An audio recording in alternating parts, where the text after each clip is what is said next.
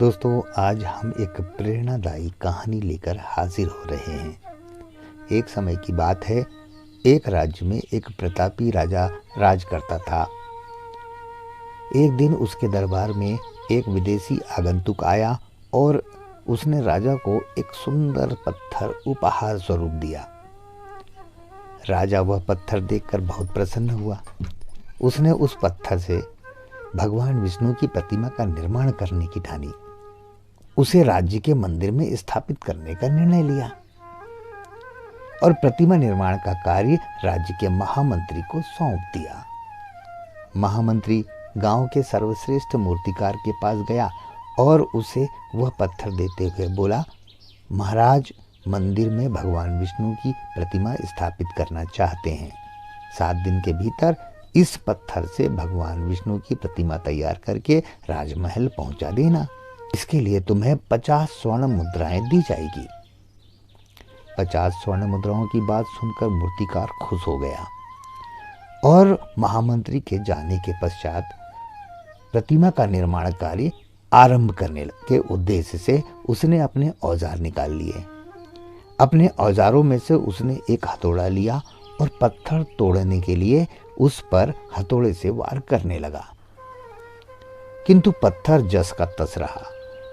मूर्तिकार ने हथौड़े से कई बार पत्थर पर वार किया, किंतु पत्थर टस से मस नहीं हुआ। 50 बार प्रयास करने के पश्चात मूर्तिकार ने अंतिम बार प्रयास करने के उद्देश्य से हथौड़ा हाथ में उठाया, किंतु यह सोचकर हथौड़े से प्रहार करने से रह गया कि अभी तक कुछ नहीं हुआ तो अब क्या टूटेगा। वह पत्थर लेकर वापस महामंत्री के पास आया और उसे यह कहकर वापस कराया कि इस पत्थर को तोड़ना नामुमकिन है, इसलिए इससे भगवान विष्णु की प्रतिमा नहीं बन सकती। महामंत्री को राजा का आदेश हर स्थिति में पूरा करना ही था, इसलिए उसने भगवान विष्णु की प्रतिमा निर्मित करने का कार्य गांव के एक साधारण से मूर्तिकार को सौंप दिया। पत्थर लेकर मूर्तिकार ने महामंत्री के सामने ही उस पर हथौड़े से प्रहार किया और वह पत्थर एक बार में ही टूट गया। पत्थर टूटने के बाद मूर्तिकार प्रतिमा बनाने में जुट गया। इधर महामंत्री सोचने लगा कि काश पहले मूर्तिकार ने एक अंतिम प्रयास और किया होता तो ये 50 स्वर्ण मुद्राएं उसकी होती। मित्रों, हम भी अपने जीवन में ऐसी परिस्थितियों से दो चार होते रहते हैं। कई बार किसी कार्य को करने से पूर्व या किसी समस्या के सामने आने पर उसका निराकरण करने के पूर्व ही हमारा आत्मविश्वास डगमगा जाता है और हम प्रयास किए बिना ही हार मान लेते हैं। कई बार हम 1-2 प्रयास में असफलता मिलने पर आगे प्रयास करना छोड़ देते हैं, जबकि हो सकता है कि कुछ प्रयास और करने पर कार्य पूरा हो जाता या समस्या का समाधान हो जाता।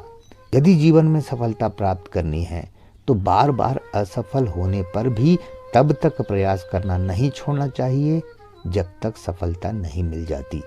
क्या पता जिस प्रयास को करने के पूर्व हम हाथ खींच ले रहे हैं वही हमारा अंतिम प्रयास हो और उससे हमें कामयाबी प्राप्त हो जाए। दोस्तों, आपको ये प्रेरक कहानी कैसी लगी बताइएगा जरूर और हमारा चैनल जरूर सब्सक्राइब कीजिएगा। दोस्तों, हमारा हौसला बढ़ता है। नमस्कार।